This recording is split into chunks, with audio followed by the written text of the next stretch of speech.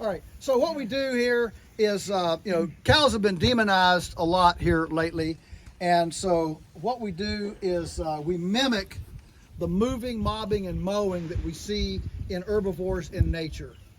The role of an herbivore in nature is as a vegetation pruner. You know, isn't it interesting that if a person didn't prune their orchard trees or their grapevines, we'd call them negligent. But when we prune the biomass in the pastures, we're destroying the planet. So the reason there are herbivores all over the planet, from elephants to giraffes to, you know, to llamas and caribou and everything, is because there's a lot of vegetation to prune, to freshen up, and they do it by moving, mobbing, mowing. So how do we duplicate this? We don't have lions, we don't have, you know, fire. How do we duplicate this? We do it with electric fence, which I've turned off so you can touch it and not get shocked. And we move them every day to a new paddock, and they get so they get a fresh salad bar every day, and this keeps especially good, nutritious, palatable, luscious grass ahead of them, so they can finish right here on pasture, and it prunes it. This is, I think, on this pasture right here, this is the 4th grazing of the season.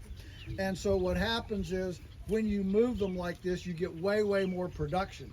And so in Augusta County, the average is 80 cow days per acre. In other words, 1 acre will hold 80 cows for 1 day a year, or 80 cows, 1 cow for 80 days a year, or 80 cows for 1 day a year. Cow days, what 1 cow will eat in a day. Are you with me?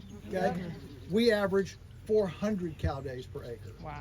And we've never bought a bag of chemical fertilizer or planted a seed in 60 years. And this was a dirt rock pile, you know, when we started.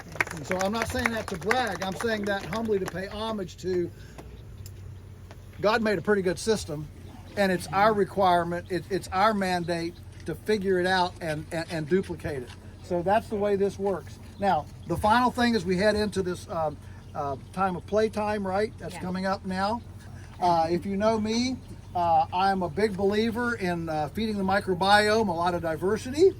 And so when the cows are on the well, not when they're on the ponds, so when they're on the well, which they are here, this is well water, same water we've been drinking for meals and all that. I like to drink out of the stock tank.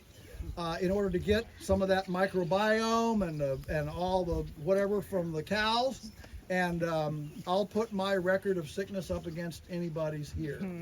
I just, you know, and I'm saying again, I'm just, it works, okay? So anybody is welcome. Nobody is coerced. But if you want to feed your microbiome some good cow trough water today, I will show you how it's done. We'll leave the spark off so you don't, you know, get around and shock your hiney. And anybody can partake that wants to. Is it this trough over It's this trough right here. Yeah.